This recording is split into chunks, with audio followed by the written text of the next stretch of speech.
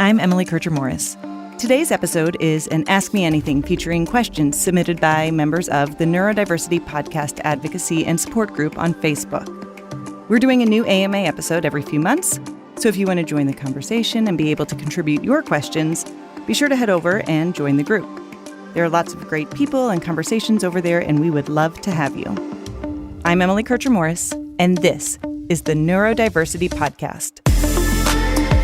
What is neurodiversity? You see the world differently. Autism spectrum. Gifted. Complexities that are inherently inside. ADHD. Dysgraphia. Tourette's. All brains are different. You are exactly what this world needs. This is the Neurodiversity Podcast. This is our second quarter Ask Me Anything episode, and we're really happy that you're here. We had a bunch of amazing questions. They all came from people who are part of our Facebook community, which is the Neurodiversity Podcast Advocacy and Support Group. And so we're happy to answer some of those questions. But if you would like your questions answered in the future, be sure to come on over and join that group, because that is where we ask people to submit their questions. All right, let's jump right in. So our first question comes from Karen. And Karen wants to know, what are some practical tips for a parent to help identify what kind of therapy would be really helpful for their child, and also how to find a good neurodiversity affirming therapist?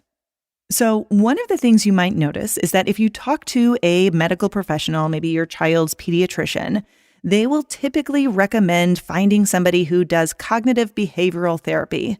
That tends to be the go-to response whenever you ask somebody what type of therapy you should get, because that's the one that most medical professionals know. However, I think it's really important to mention that most clinicians integrate some sort of cognitive behavioral theory into their practices just because it is so ubiquitous within the therapeutic world. It's very foundational, and when we're talking about cognitive behavioral therapy, we're really talking about awareness of thoughts, awareness of emotions, and kind of trying to reframe those things and shift them. So with that being said, if you get that recommendation for cognitive behavioral therapy, that's fine, but don't necessarily limit yourself to that, because there might be some really great therapists who have some things to offer that maybe don't identify themselves primarily with that type of therapy. The other thing that we need to be really careful about is just in general looking at behaviorally based therapies, which CBT in some ways is, and how that works for our neurodivergent kids. We really want to make sure that we're just not training them to be neurotypical. We want to make sure that when we're looking for a neurodiversity affirming therapist, that we're looking beyond that and helping them understand themselves and find strategies and skills that work. As far as other types of therapy that can be really effective, dialectical behavior therapy can be really good. It is also known as DBT, and it actually pulls in some of that CBT technique, but it also focuses on sensory needs and mindfulness and distress tolerance. So that might be a really good fit. Acceptance and commitment therapy, or ACT, is another very neurodiversity affirming practice that can be really useful for our kids, as well as play therapy. Play therapy, in a lot of ways, is just very neurodiversity affirming. It allows kids to be more directive in their work, but it can go both ways where the clinician is also being directive. And so that might be something that you would look for.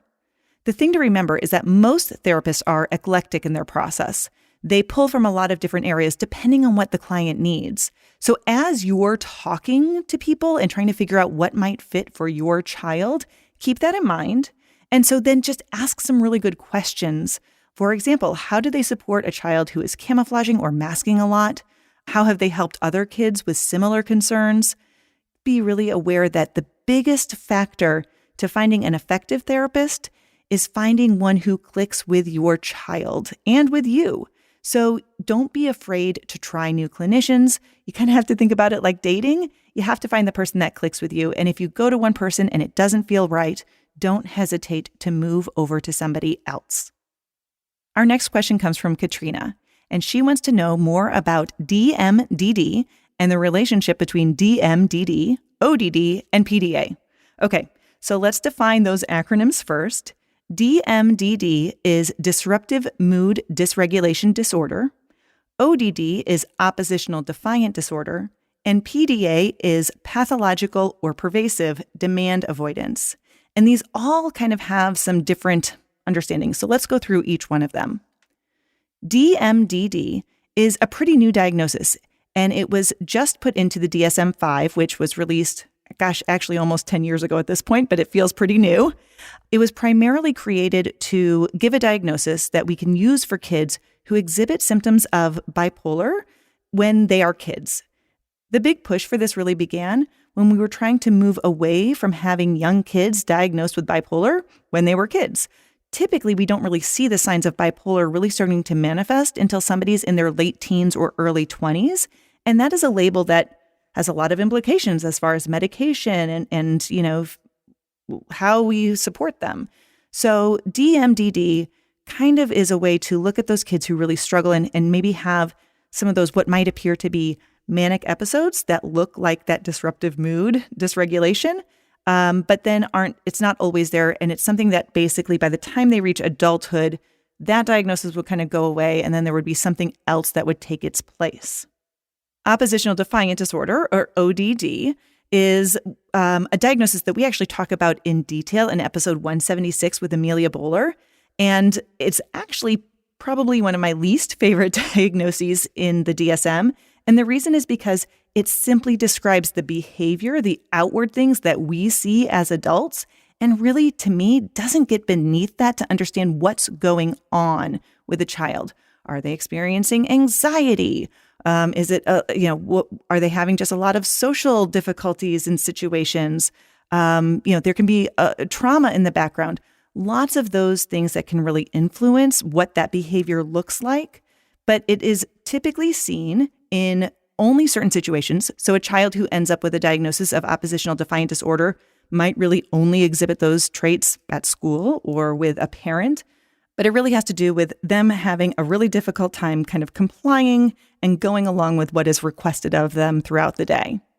I would say that compared to DMDD, ODD tends to be a little more consistent, whereas the disruptive mood dysregulation can be kind of these more kind of explosive experiences, whereas the ODD, depending on the situation, tends to be pretty consistent in those situations. But of course, it varies from person to person.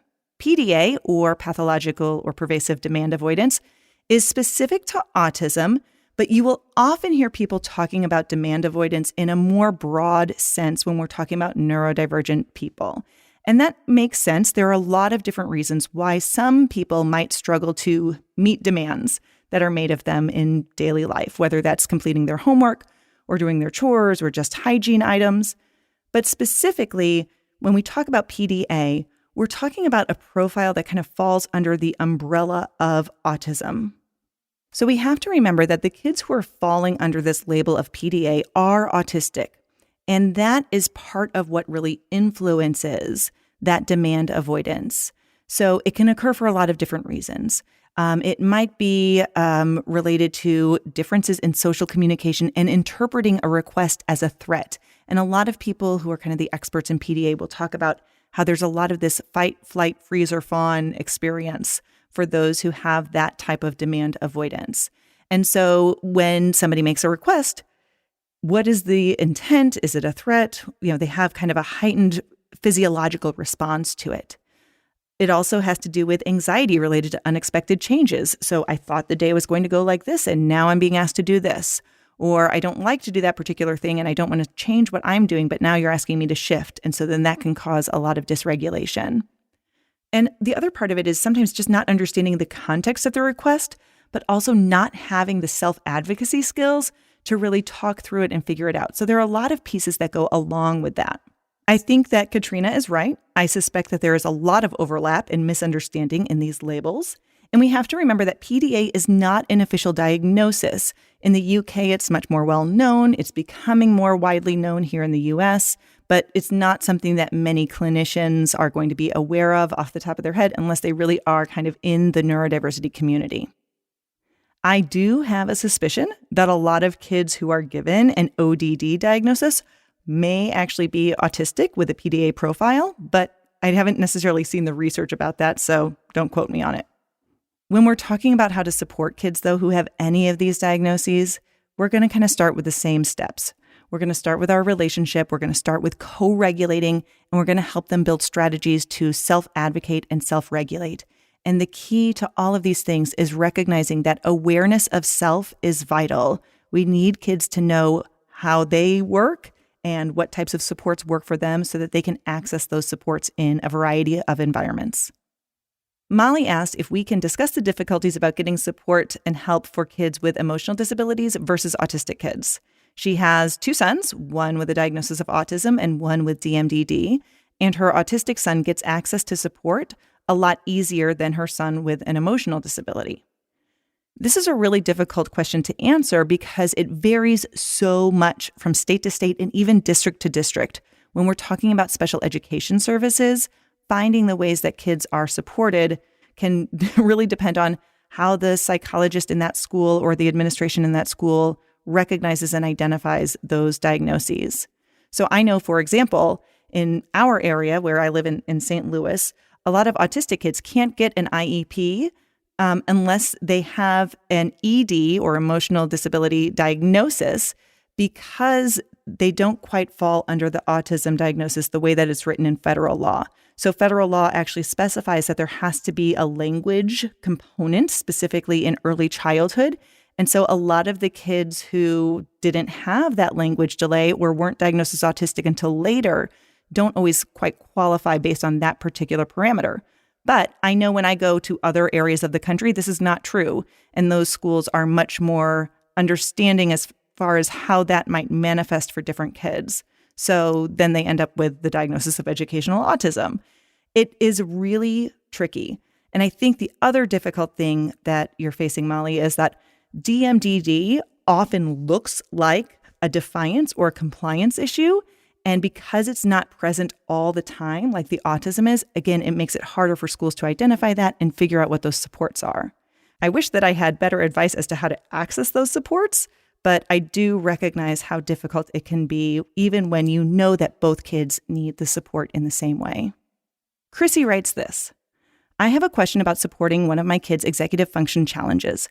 How can I help my high school-aged daughter tap into other motivational strategies besides all-out panic or last-minute stress and adrenaline in order to get started on and complete writing assignments? She can write well under pressure, for example, during standardized testing or if it's a group project with others depending on her to do her part.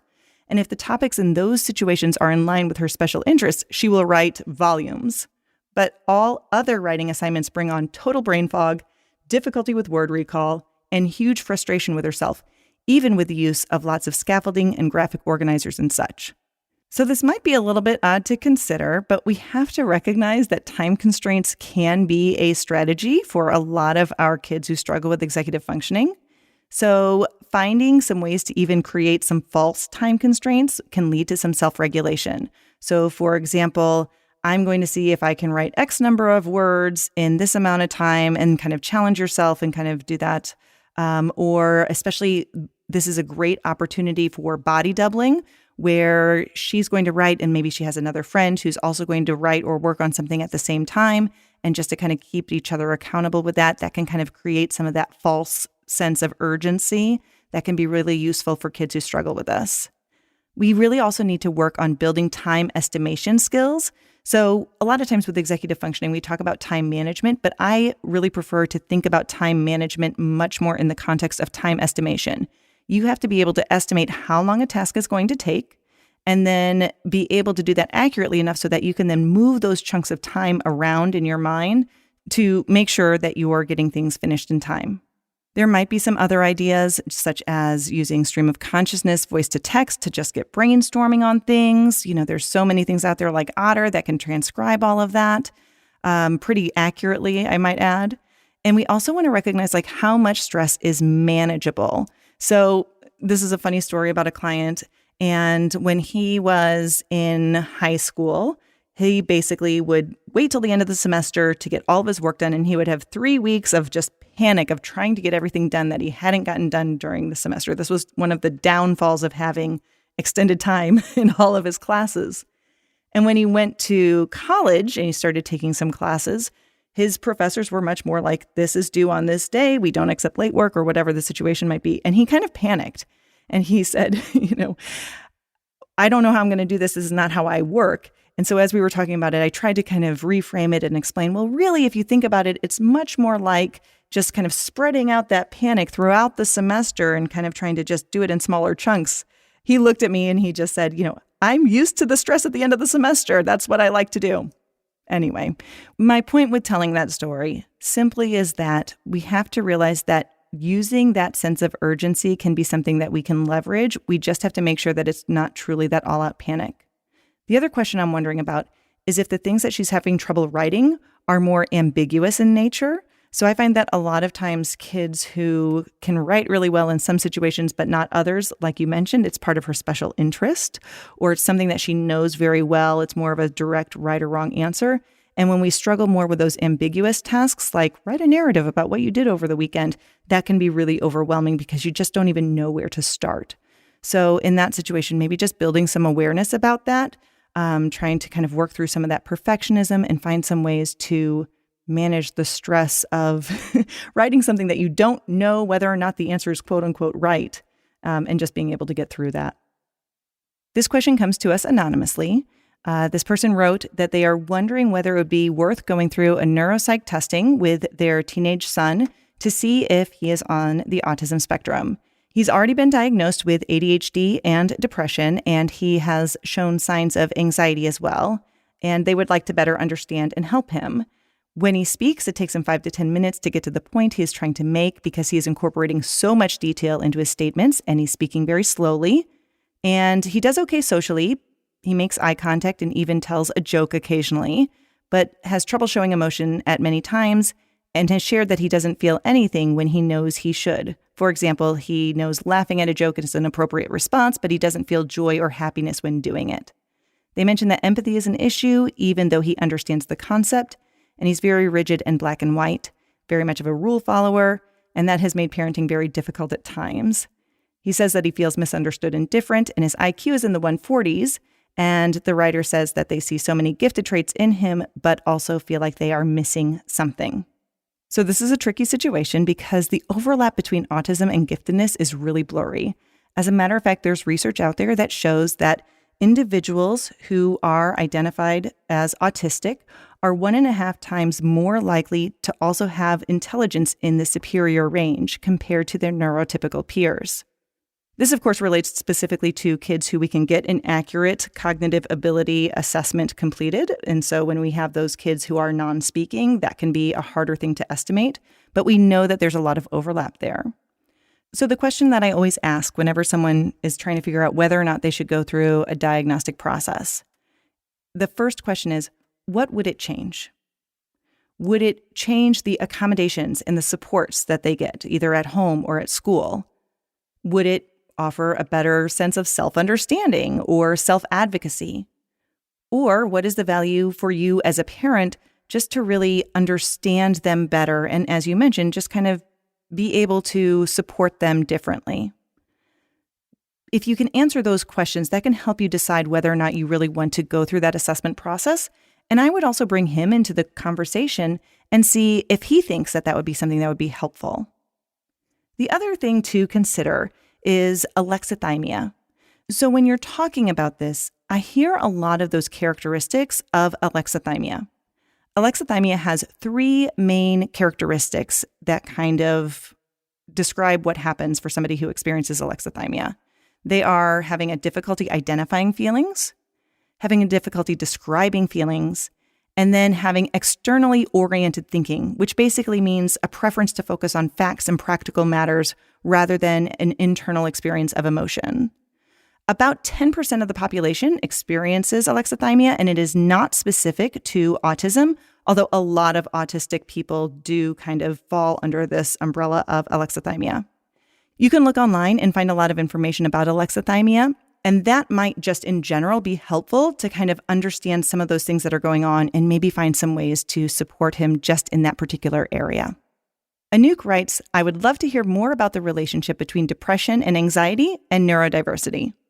So I think it's important to mention there is a huge connection between depression and anxiety in neurodivergent people. First of all, we have to consider the social model of disability. We know that there is an impact on mental health when society doesn't meet the needs of individuals. The social model of disability really describes how a person might have an impairment They might have an area that is difficult for them, but it doesn't become a disability until society fails to make those accommodations for them. So if you are an individual who has these areas of struggle and you are constantly living in an environment that doesn't support those needs, that's going to trigger some of those episodic mental health concerns. When we're thinking about anxiety, there's often a lot of anxiety that neurodivergent people experience related to hidden social rules or uncertainty about expectations or executive functioning and how all of those are related to disciplinary issues that come up. Depression can be triggered by a lack of friends and connection, or also being in an environment that really just doesn't fit. We know that there's a lot of support that needs to be provided for neurodivergent people and how the mental health concerns overlap there. As a matter of fact, that's why we recently created and facilitated a training on suicidality and self-injury in neurodivergent clients for clinicians, because we know that there are different techniques and understanding that clinicians have to integrate as they support their neurodivergent clients. Okay, our last question for today comes from Linda, and here's what she writes. Here's one that's been rattling around in my head lately. My daughter is gifted, ADHD, dyslexic, and has sensory processing disorder.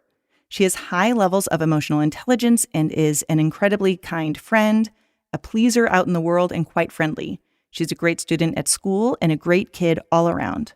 However, inside our nuclear family unit, she is extremely demanding at home, has huge emotional meltdowns when we tell her no, is a highly picky eater, is competitive and manipulating with her sister, and holds big expectations for her world, which means that she is disappointed often. I often think in these moments, she's just being a privileged jerk, but in the back of my mind, I'm asking, is this her neurodivergence at play? And how can I affirm her without giving in to her every demand? So that's my question. Is this a trait of neurodiversity, or is it just a kid being a spoiled kid? It's so hard to see the forest for the trees on this one. So Linda, I hear you. I know a lot of kids who are like this. And my suspicion would be that when she is in the public sphere, she is masking and camouflaging a lot of different things. You mentioned ADHD and dyslexia and sensory processing differences and also being gifted. I would suspect that there is also some anxiety that's kind of sprinkled in there, but it may not necessarily be clinical. But nonetheless, she knows what's expected, so she's kind of getting through the situation in those environments. But when she's at home, she's letting down that mask. She's allowing herself not to camouflage, and it's causing a lot of these other things to come to the surface. That probably means that some of those things are maybe magnified at home, but it also means that maybe she's just struggling with some of those situations. I think the other piece here that you mentioned that's really important is the idealism. So when I think of idealism, I think that kind of associates with perfectionism in a lot of ways. And when we think about perfectionism and you're talking about the sibling relationships, perfectionism can be others-oriented, meaning that she is really expecting others to behave in the way that she feels is the correct way to be.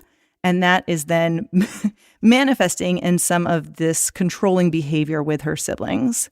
When we're talking to her about idealism, when we talk about that perfectionism, we want to really recognize that these are all situations that are both and situations. We can want what is ideal or perfect, and we can know that it's a process to get there, and we can know that we can't control all of those different things. We want to make sure that we're talking a lot and prepping for those expectations. But when we add all of those things together, the giftedness, the ADHD, the dyslexia, the sensory processing, you have a lot of things that are kind of in conflict. And we have to realize how those things kind of all layer together and make it probably pretty hard for her to navigate in the world. I think the best thing to do is to continue to have those talks, set the expectations that you feel comfortable with, make sure that she's on board, and provide consistency, but at the same time, be willing to negotiate when it's appropriate.